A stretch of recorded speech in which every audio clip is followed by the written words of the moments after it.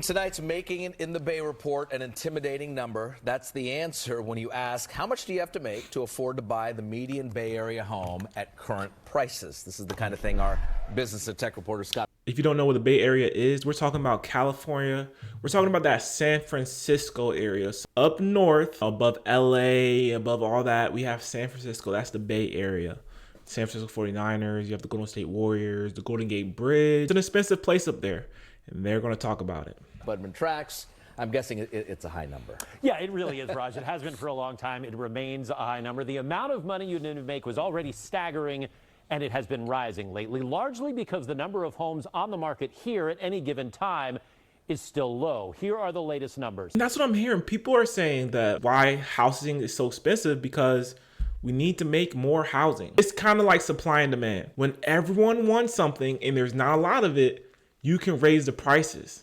But when you have a lot of something, when people have options, the prices aren't going to affect them as much because they can just say, oh, you know, this is way too expensive, but I have 20 or 30 other options that I can go to and pay 10, 20, 30, 40% less than what you're offering. This is all you got and I want it, then I'm gonna have to pay top dollar for it because there's but only so many on the market. Look at these numbers, insane. California Association of Realtors says if you want to buy a median priced home in San Mateo County, you need a household income of more than $500,000 a year. It's just below that for Santa Clara County, and in San Francisco County, you need to make just above $400,000 a year. The association says those numbers are a result of our unique mix of high-tech salaries and low housing inventory. $524,000 to $400,000 you need to be making in the area to afford the median home. One of the rules I like when buying a home is don't buy a home that's more than 3 times your annual income. So let's say they made $500,000. They should be able to afford a $1.5 million home. That's so crazy. Even say it's a couple making $500,000 divided by 2, it's $250,000 each person should be making. I've seen some of these tech jobs, the salaries they make is absolutely insane, but there's also that job security part with it. Making all this money, but then they can get laid off at any moment. You know, I saw a job like this. I was looking at a job and I was like, oh man, this would be really cool in a good location, but it said permanent at will, which means they can fire you whenever they want and for whatever they want. Of course, it can't be for discrimination or things like that. They can literally just bring in a new boss and they'd be like, I want my own people, fire those guys. You know, you have no due process, no nothing, you're done. So it's just crazy to like buy a home for $1.5 million with that much risk. What if you get laid off from your $250,000 job? You can't find that $250,000 job again. But let's see what people are making in that Bay Area. So the median household income in the Bay Area is $128,000. That was in 2023. The average individual salary is exceeding $100,000. So wow, that's kind of crazy. All right, so people are making money up there. Reality check, $350K is barely middle class in the Bay Area. No way. We are really getting derailed right here. Many of the people residing in flyover states just don't know how expensive it is to live in the Bay Area. Income, for example, in San Francisco Bay Area, this was 3 years ago too. This was 3 years ago. So, you know, inflation, things are more expensive, but they also start making more money. So these numbers are going to bounce up, I would think, from 3 years ago. For example, in the San Francisco Bay Area, salary of $350,000, that's you $240K a year. Insane. Could not imagine if I made $240,000, make that amount of money, you have to live in the Bay Area. More than likely, you have to live in a high cost of living area. So you might not make $240,000 in the Midwest, but you might make $140,000 maybe with the same job after federal California state taxes, which equals $20K a month. Expenses, a moderate house with a decent school cost around $1.5 to $2 million. This was 3 years ago.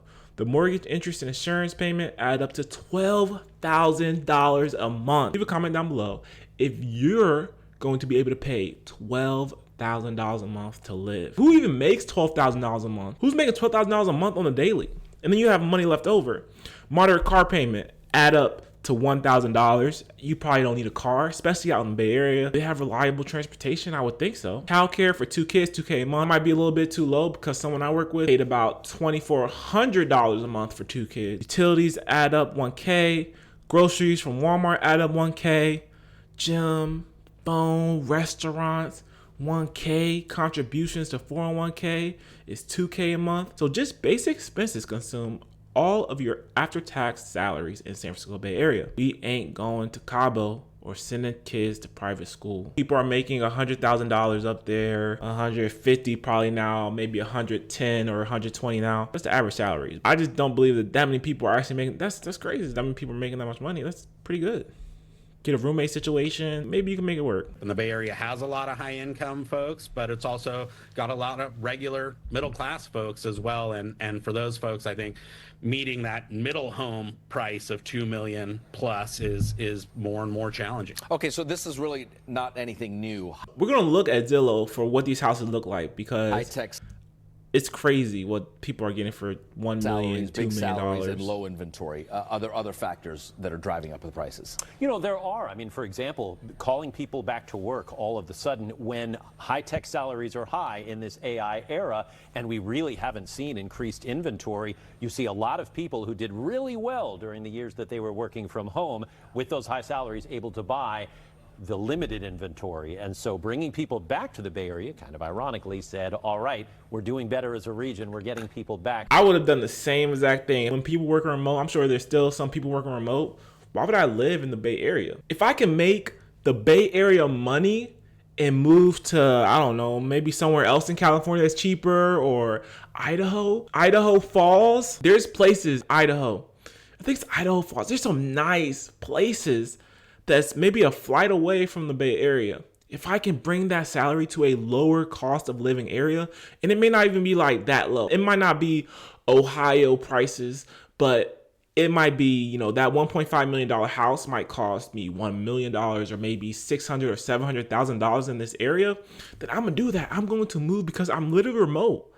And if I need to come into the office for whatever reason, it's probably cheaper to take a flight from where I'm at back to the office for whatever I gotta do there and then take a flight back. It may be less convenient, but that's what you can do. I read this article and this kid, like his daily commute was flying into California from Canada, and it was cheaper than actually staying in California. We have one more video after this to kind of show you what people are doing, what the area is offering people so they can actually afford some houses. So it sounds like if we can build more houses, get more inventory out there, then potentially the cost of housing will go down. Is that true? Let me know if that's true in the comment section. So this is what they're offering, so people can afford houses. I was not looking for a house in 2008 or 2009 when they were giving out these crazy mortgages, but for me, it kind of sounds like this is what they're doing. Let me know what you guys think about this. Let me know what it sounds like to you.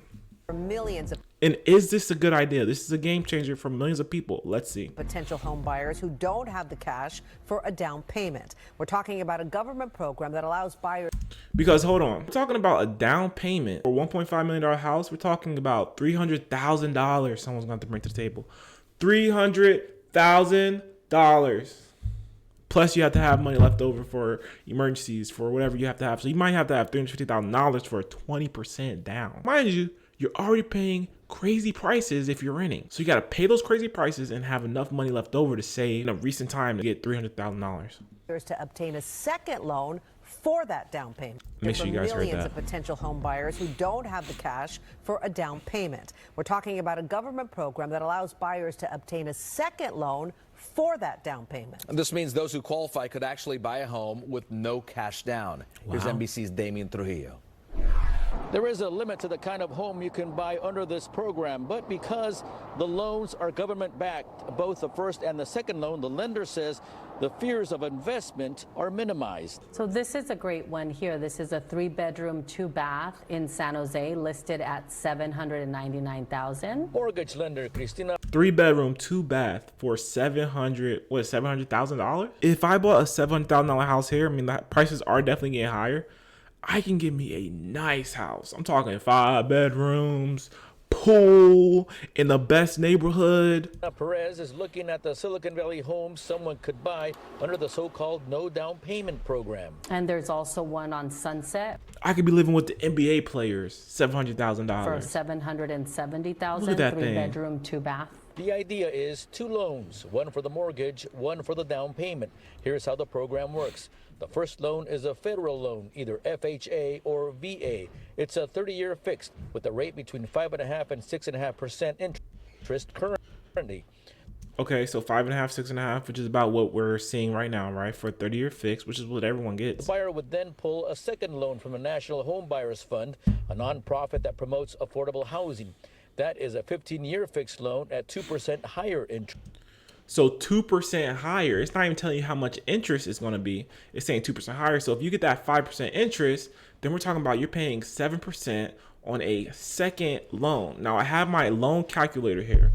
So they said FHA, which is a first time home buyer program you can get into, which we have this house. So you put down 3.5%. But let's say someone goes get that $800,000 house times 0.03, that's $24,000 you have to put down over 15 years. Okay, so let's put $24,000 in there, which makes this way more reasonable. So balance owed is let's say 25,000. Estimated rate, you got that 5%, we're gonna go 7%. Desired months, what the crap is 15 months? 180 months. Oh, so you're paying $220. Okay, see, I even fell for the, it's only $225. I almost fell for that. But you get into your dream home. You get into the home that you want. So you pay $225. Takes you 180 months to pay off. You're paying $15,000 in interest. So you're paying $25,000 plus $15,000. You're paying $40,000 for something that is only $25,000. I mean, I don't know. I mean, people are going to do this because they want to get into a house right now. Try to save that $25,000. If you can afford an $800,000 house, then I feel like you should be able to save $25,000 to put down for a house and have enough money left over to put into savings and to make sure you have money for expenses and stuff. This is what they're doing so people can buy a house, because people can't buy houses, man. Who's buying an $800,000 house? In the end, especially your first home. Qualifying buyers walk away with a home without a huge down payment. Sometimes it sounds like too good to be true, Damien, but that's not the case. Here are the requirements. The home must be worth no more than $832,000. That's the buyers crazy. must have a credit score above 580 and must prove a steady income and an income threshold that meets loan payment guidelines. I mean, that's tough, man. 800 has to be more than $830,000. 580 credit score is so low for them to be loaning you all this money. I would think you have to have a higher credit score. And obviously you have a steady income. If you're going to be able to afford a house like this, you have Loans to. are not approved if the buyer expects to spend more than 45% of their income on the mortgage. These are designed for those folks that are looking to step into the market, specifically first-time home buyers that have had a hard time saving money. And it's kind of ideal to have that 30% of your pay going towards your house. So they're saying that you can have up to 45, almost 50% of your pay can be going to our house, and we'll give you this loan. Or that maybe don't have a... And I wonder if a lot of people are actually spending 50% of their income on their homes, and I believe they are. Perfect credit score. Off camera, San Jose economics professor Dr. Robert Wood told me FHA loans are legit, but worries about the cost of added mortgage insurance the buyer has to pay for on top of the loan. Y siempre fue uno de mis sueños conseguir una casa. From his work truck, Kenner Juarez says it was always his dream to buy a home. Through the House to Home program, he paid $7,000 out of pocket for closing costs for his Oakland duplex. It'll help. Now, this guy is someone smart. He bought a duplex. Hopefully, it's renting out enough to where he's not paying as much for a mortgage as he would if he was by himself. And this is what I tell you guys. Go and house hack. Look into a house hack because it's the best way to do it. But let's look at home prices in the San Francisco area and let's be done with this video. This is out of my comfort zone. I have no right to be talking about $610,000.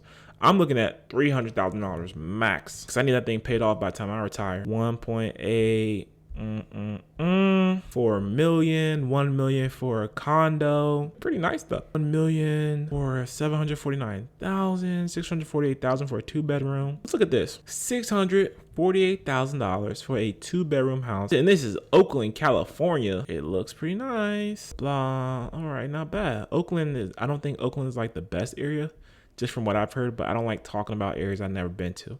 Maybe this area is pretty nice. This looks pretty nice, honestly.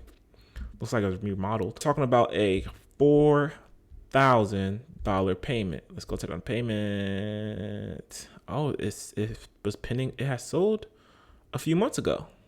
So it looks like this was a remodel. They sold it for $449,000. It looks like they may have did work to it. Guys, check this out. Listed for sale for $500,000. It was originally for sale for almost $600,000.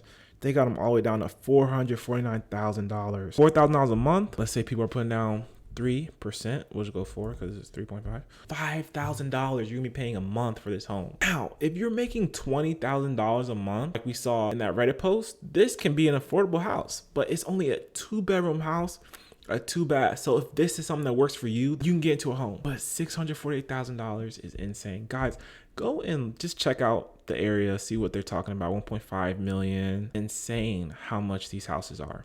Look at this piece of crap. Wow, $619,000. Oh man, 1.5 for this. The pictures look nice, but 1.5, dude. Mansions. You can get mansions elsewhere, but guess what? You more than likely won't be making $150,000 to $200,000, $300,000, $400,000 in these low cost living areas. This is just what the houses are valued for out there. So let me know what you guys think about the video. If you enjoyed the video, leave a like, subscribe to my channel, and I'll see you guys in the next video.